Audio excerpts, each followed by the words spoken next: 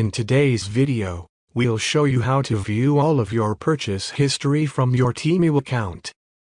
To get started, open the Temu app on your device and log into your account.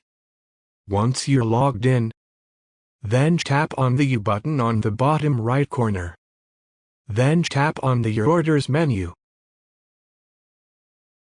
Here, you will be able to see all of the orders you've placed, including processing orders, shipped orders, delivered orders, and any returned items.